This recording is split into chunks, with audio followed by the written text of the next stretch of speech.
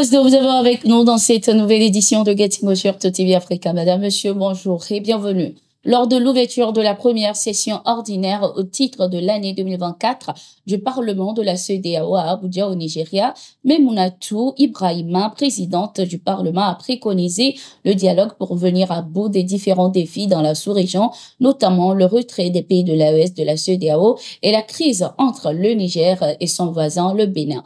Le Parlement a également, lors de cette rencontre, mis en place un comité de médiation pour trouver une issue à ces différentes crises. De manière spécifique, nous nous sommes engagés à travers cette déclaration, entre autres, à mettre en place une commission ad hoc de médiation qui sera chargée de travailler à renouer et à maintenir le fil du dialogue, non seulement avec les autorités de ces différents pays, mais aussi la communication entre nos différentes populations. Le bureau du Parlement, lors de ces deux dernières rencontres, a débattu longuement sur ces recommandations et des actions urgentes sont en train d'être prises en collaboration avec les autres institutions de la CEDEAO pour leur mise en œuvre, a-t-elle indiqué.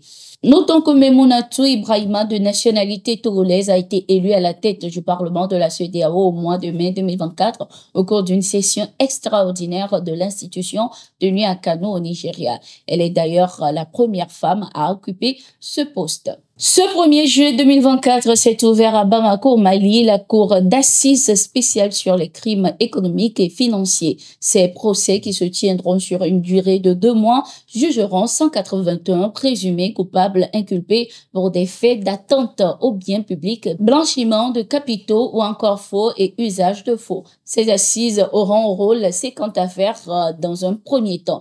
Parmi les accusés figurent les anciens ministres des Finances, de l'économie, des directeurs, notamment le cas de Bakary Togola, ancien président de la Confédération des sociétés coopératives des producteurs de coton. Inculpé pour atteinte aux biens publics et usage de faux, il est accusé de détournement de 9,4 milliards de francs CFA. Ces fonds étaient destinés à la formation des membres de 7700 coopératives de coton culture entre 2013 et 2019.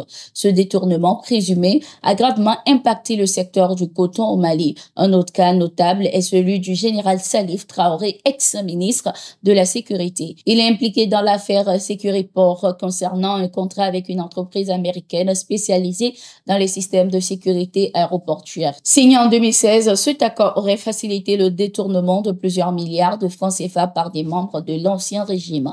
Notons que les résultats de ces assises influenceront la perception de la justice et de la gouvernance au Mali. Avec 181 accusés, dont une quinzaine de femmes confrontées à des dossiers variés, ces procès pourraient inaugurer une ère de transparence et de responsabilité dans le pays.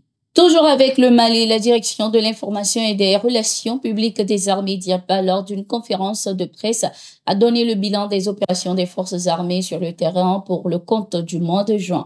Pour le directeur de la DIRPA, le colonel-major Souleymane Dembélé, le mois de juin a été plus calme, contrairement au mois de mai qui était marqué par les attaques aux engins.